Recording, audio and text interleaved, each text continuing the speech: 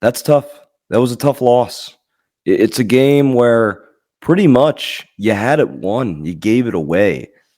And this isn't anything new. This is the second time they've been in a big game and they've given it away. You're literally in field goal range. And I'll get to a further analysis of that in a little bit. But loss was okay. I would rather lose if I'm an Ohio State fan. I would rather lose this one than lose in the Big Ten championship game because all they got to do pretty much is beat Penn State. They're going to beat the other teams on the schedule. Michigan's not that good this year. They got pretty easy lineup. I mean, you have Indiana, but I don't think Indiana's anything crazy. So pretty much it's going to come down to them beating Penn State, which is also a road draw. But still, I don't think Penn State, from what I've seen, is that great. They got lucky to win that game against USC, struggled against Bowling Green. So I'm not worried about that. But what messes me up is they should have won this game. Clearly more talented team. The Denzel Burke, it's like kind of he gave the game away, in my opinion. I think that's the main factor of the loss. He got burnt twice. You can't get burnt twice in a game like that and give up those touchdowns. Those are huge plays. That's a 14-point swing. And he's supposed to be, at the very least, the second most talented guy on that defense. And he got burnt twice. The leader of that defense he's supposed to be. And you kind of get the question, it's like, would have been better off if he left? It's a tough spot for me, but he, in my opinion, gave that game away. But like I said, my initial reaction was sky's not falling, which the sky isn't falling. All you got to do is win out, and you're fine. But I rewatched it again this morning, and it's just incredibly frustrating because you had, obviously, him getting burnt. You had the fumble. You had missed opportunities on. There's a certain play. There's like 52 seconds left in the first half. I think it's like 3rd and 2, and they can't get that first down. Like, if you get that, you need that first down there. It was critical because they lost the kickoff. It was critical that they went up at half, and they weren't able to. So that was a huge swing, in my opinion. Will Howard, I'll give him props. I thought he played a great game. You can't, the 1 second thing, that's another thing too.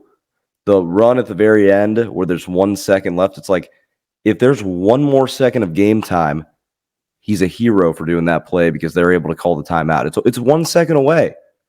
But I do want to get back into that. And this is a game they had won. You throw this ball to Emeka Egbuka, you're at the 28-yard line, which would be from there about a 43-yard field goal. Definitely makeable. That's considered an easy field goal, 43 yards. Now, why would you not just hand off and run the ball once? Maybe if he gets 4 yards, it's a 39-yard field goal. 4 yards, it's a 39-yard field goal. Imagine if he gets 10, the game's completely iced. Instead, you're still passing. You're risking the interception. You're risking like madness to occur, which it did. And I thought that call was garbage. Of course, I thought that call was garbage, but you shouldn't have even been in that situation to do that. And as a ref, I don't know how you make that call.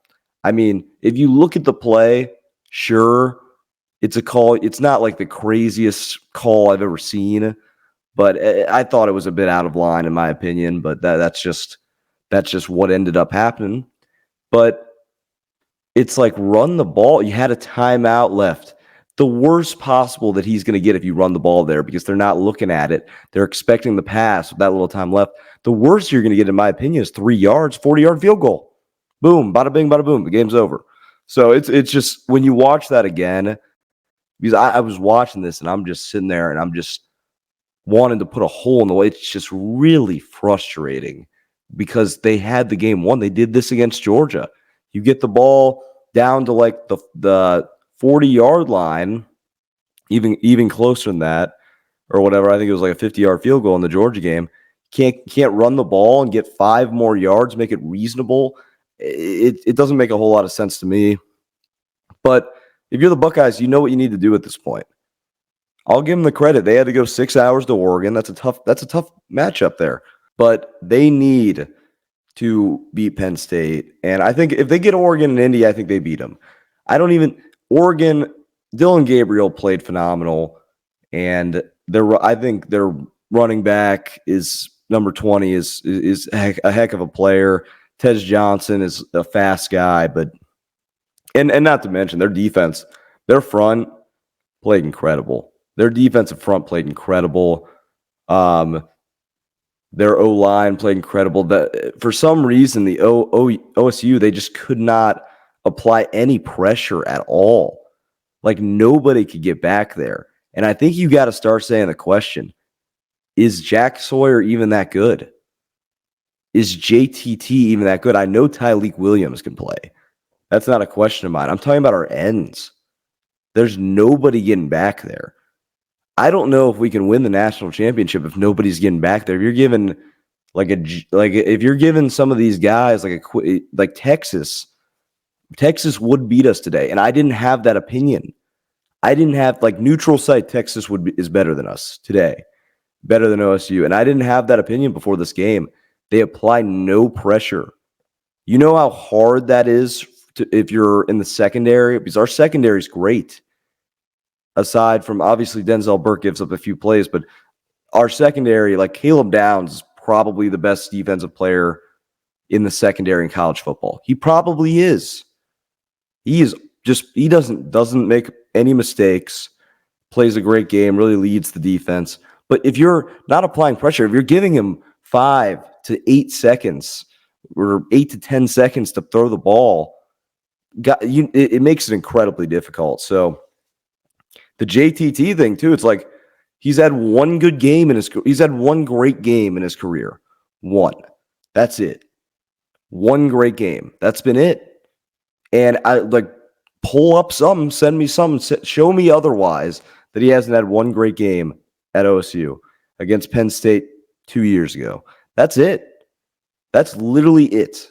In my opinion, has he lived up to the caliber of recruit that he was, the 5-star, number 3 guy in the country? No. Heck no. No. Not at all. He had one good game. He had one great game. So that they got to do something about that, because you can't win a national championship if you can't apply that much pressure. But like I said, I give tops off to Oregon here. I don't think Oregon can win the national championship either. I don't think that they played incredible in that game, but there's a lot of factors. Really hyped up. College game days there. It's a home game. OSU's got to fly. Because I just the way that I see it is OSU can rebound here, which I think they will. They're going to meet in Indianapolis. That's going to be a bad flight on the side of Oregon. I think that OSU gets them in Indy, but it's just incredibly frustrating. Like I said, I'm excited to see where they go from here. And the Penn State game, it's huge. It's pretty much everything at this point. So we'll see how it shakes up.